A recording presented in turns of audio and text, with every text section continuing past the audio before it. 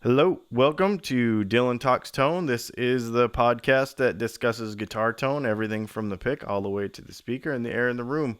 We just talk about guitar tone, everything, everything in between. A couple things this week.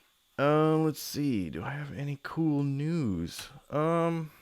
We did a really cool build with a B16 Bigsby tremolo, which is pretty wild. And so we'll be uploading some video about that pretty soon. If you have any questions on tremolo setup or anything like that, we're probably going to do a podcast just on that coming up soon.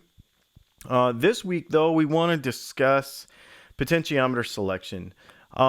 That's a very much talked about thing all over the interweb forums and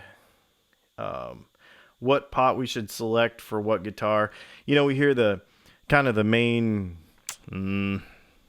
it's kind of the main selection is, let's say what, a 500K pot for a humbucker and a 250K pot for a single coil. That's kind of the baseline.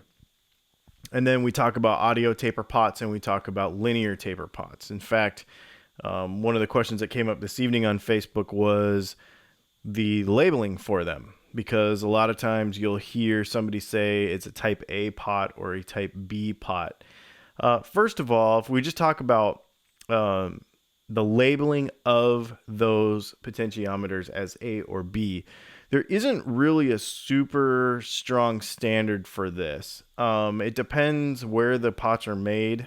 Well, that's even a loose thing too, because they're all made in Asia, but they're sold as, like over in Europe, they might be different than in the United States. So don't go by A or B. Commonly, A is audio taper pot and B is linear taper pot. But think of it in audio taper and linear taper pot, because that's really on most of these websites where you buy pots. That's what you're gonna see. Okay, so let's talk about the first one and what the difference is. So the audio taper style pot, which most people use on their, well, a lot of people like to use them on their volumes, and then they like to use a linear taper pot on their tones. But I personally, I'm going to tell you why in a minute, why I do it a little different. Actually, I put audio taper pots in everything. So we'll talk about that in a minute, but why. But what is the difference between an audio taper pot and a linear taper? Basically, what it is, if you can more or less put a spec on it, is when you turn that volume pot, or when you turn that audio taper pot to 50%, so, 5, at 5, that pot is 30% of its entire value. So if it is 500K, at 5, it will be somewhere around, and this is within tolerances, of course, but 30% of its entire value. A linear taper pot is going to be 10% of its entire value at half. Okay? And what the difference basically is how it turns up. When you turn the volume all the way up and when you turn it all the way down, obviously that's the full value of the pot and the zero value of the pot, or the shorted value of the pot. But how it tapers, how fast it goes. So, like for instance, on an audio taper pot, a lot of times I use them on tones because I like the tone pot to be used as an audio taper pot, because when you turn it from, let's say, about 10 to about 4, it doesn't do a whole lot, so you can really dial in where you want your tone to be. And then it from 4 to nothing, it's almost like a wah on your on your finger. So that's why I like to use them for that. So let's talk about overall value on pots. Okay, when we take any kind of circuit in the guitar, and we've talked about this on our Dylan Talks Tone videos on our YouTube channel at Dylan Pickups, But when you take any, first of all, let's just talk about how the guitar works. So we basically have our pickup, and then we have typically a tone pot and a volume pot at least. Sometimes we have two, one for each pickup. But the thing about this is that anytime we put a passive component in the circuit, okay, we are going to be taken away from the original frequencies that pickup can produce. And what do I mean by that? Well, if we take a 250K resistor and we put it in line with the pickup, then the first thing that's going to go away is the high frequencies. That's what always goes away the most.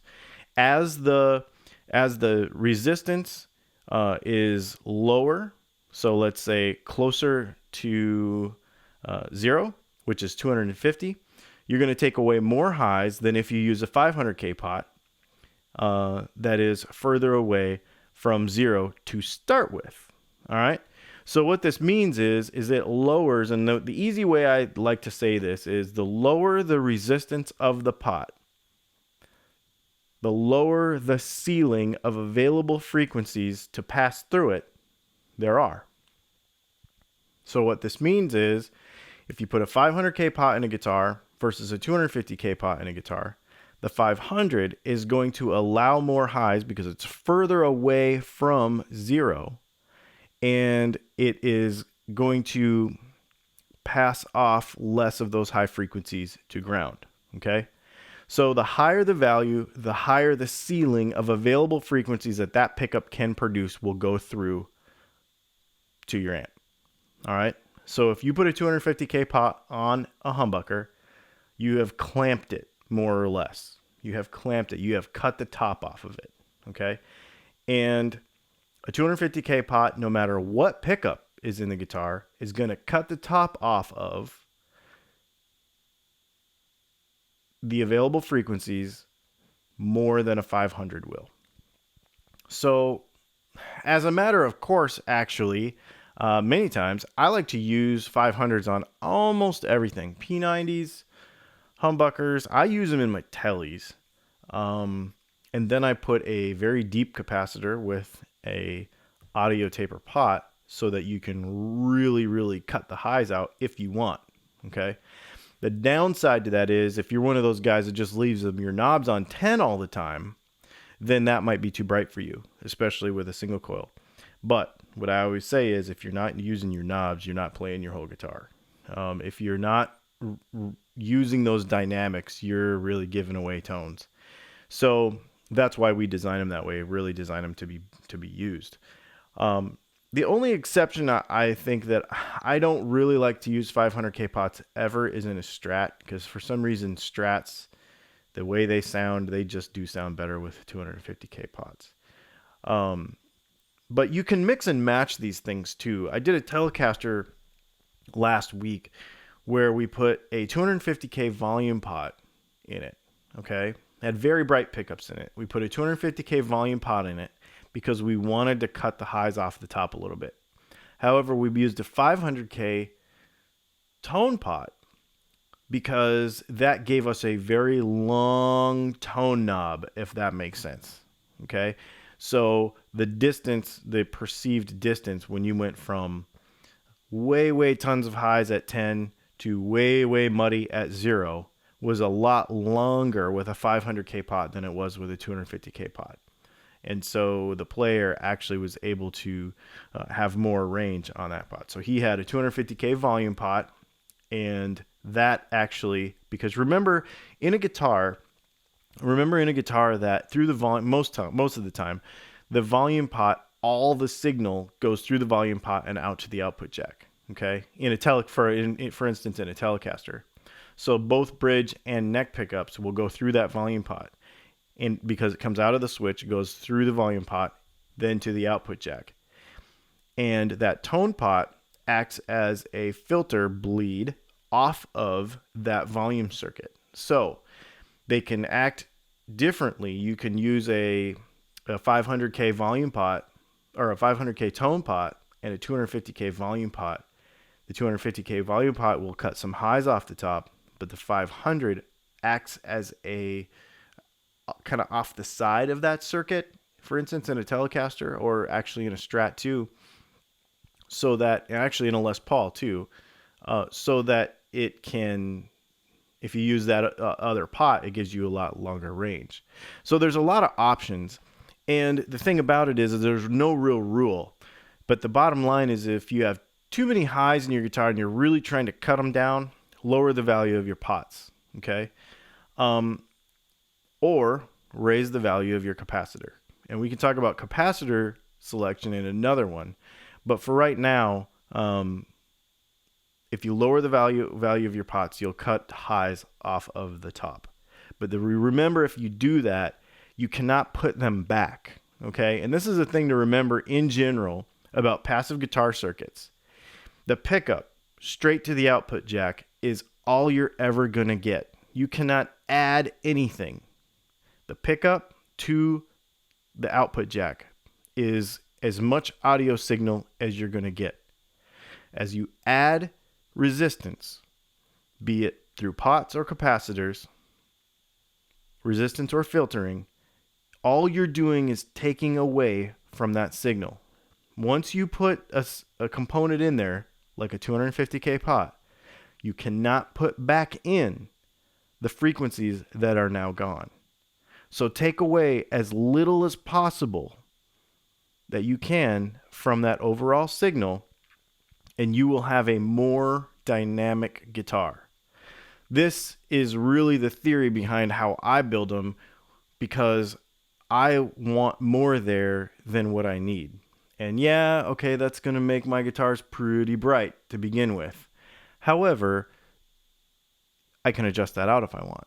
But it means you have to use your knobs. So this just gives you a couple of different ways of thinking to be able to do this. So audio taper pot is going to give you a long way from 7 to 10, and then a short cutoff from 4 or 3 to 0. A linear is going to give you basically an even pull from 10 all the way to nothing. So that's really it. If you have any more questions about this, you can go to Dylan Pickup's YouTube channel, and you can go over a couple of videos there that we talk a little bit more about this.